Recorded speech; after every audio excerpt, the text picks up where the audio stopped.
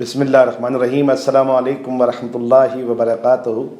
दोस्तों, आपका मेज़बान अपने चैनल स्पिरिचुअल सईद अहमद शाह से हाजिर खिदमत है, आस्ताने आलिया अल मारूफ झंडे वाली सरकार से। मैं उम्मीद करता हूँ कि आप सब खैरियत से होंगे और मैं दुआ गो हूँ कि अल्लाह ताला आप सब पर अपना रहम व करम फरमाए रब्बुल आलमीन। आज जो हम आपके लिए वीडियो लेकर आए हैं, इस वीडियो का टॉपिक है कि इन्नल्लाह अला कुल्लि शैइन कदीर से हर मुश्किल का हल, हर परेशानी का हल। तो दोस्तों, इस अमल का मैं तरीका बताने से पहले आपसे कुछ गुजारिशात करना चाहता हूँ कि मैं बार बार तकरीबन हर दूसरी या तीसरी वीडियो में मैं ये ज़रूर ज़िक्र करता हूँ कि जब आप कोई भी वजीफ़ा या कोई भी अमल करें तो इसमें ख़ुसूसन नमाज़ों का जो ख़ास ख्याल रखें, यानी कि आप कोशिश करें कि पाँचों वक्त की नमाज जो है आप बाकायदगी से पढ़ें, ताकि इसमें अमल में यकीनी कामयाब हो जाता है यकीनन, और अल्लाह पाक की जिसे कहते हैं कि क़ुर्बी हल हासिल होता है और इंसान की जो मुश्किलात हैं वो भी हल हो जाती हैं। तो नमाज से बड़ी जो है बरकतें हैं, वज़ाइफ में जल्दी कामयाबी नसीब होती है। तो बराह करम अमल ज़रूर कीजिएगा। अच्छा जी, ये जो अमल है इसका तरीका ये है, अगर जिनके घरों में परेशानियां हैं, यानी कि आए दिन कोई ना कोई मसला खड़ा रहता है, कभी कोई बीमार पड़ गया, कभी कोई मसला हो गया, और कोई ना कोई परेशानी घर में, कभी कोई चीज़ ख़राब हो गई, इस तरह के अगर मामलात घरों में, बीमारी या कोई एक्सीडेंट या कुछ इस तरह के मामलात हों, तो ये जो अमल है इसका तरीका वो ये होगा कि आप रोज़ाना 11 दिन तक जो इन्नल्लाह अला कुल्लि शैइन कदीर है इसको 1100 मरतबा पढ़ना है, और अपने हक में जो है, अपने घर वालों के हक में दुआ करनी है। ये 11 दिन का वजीफ़ा है। जब आप इसको 11 दिन कर लेंगे तो अल्लाह तबारक व तआला के फضل व करम से घर में बेहद सुकून हो जाएगा।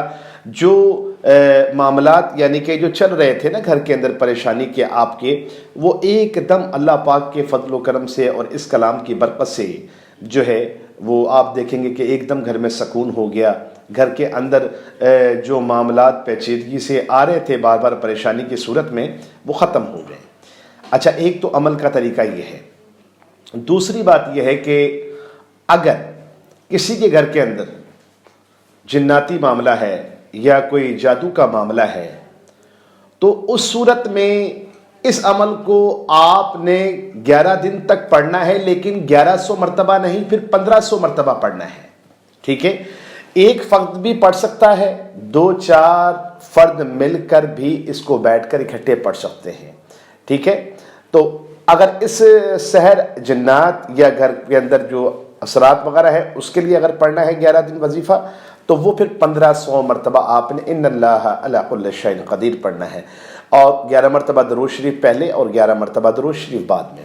इससे ये होगा कि अल्लाह के फضل व करम से, क्योंकि बहुत प्यारी आयत है कि अल्लाह बेशक अल्लाह हर चीज़ पर कादिर है, और बेशक वही कादिर है, कादिर मुतलक है, सब उसके ही हाथ में है।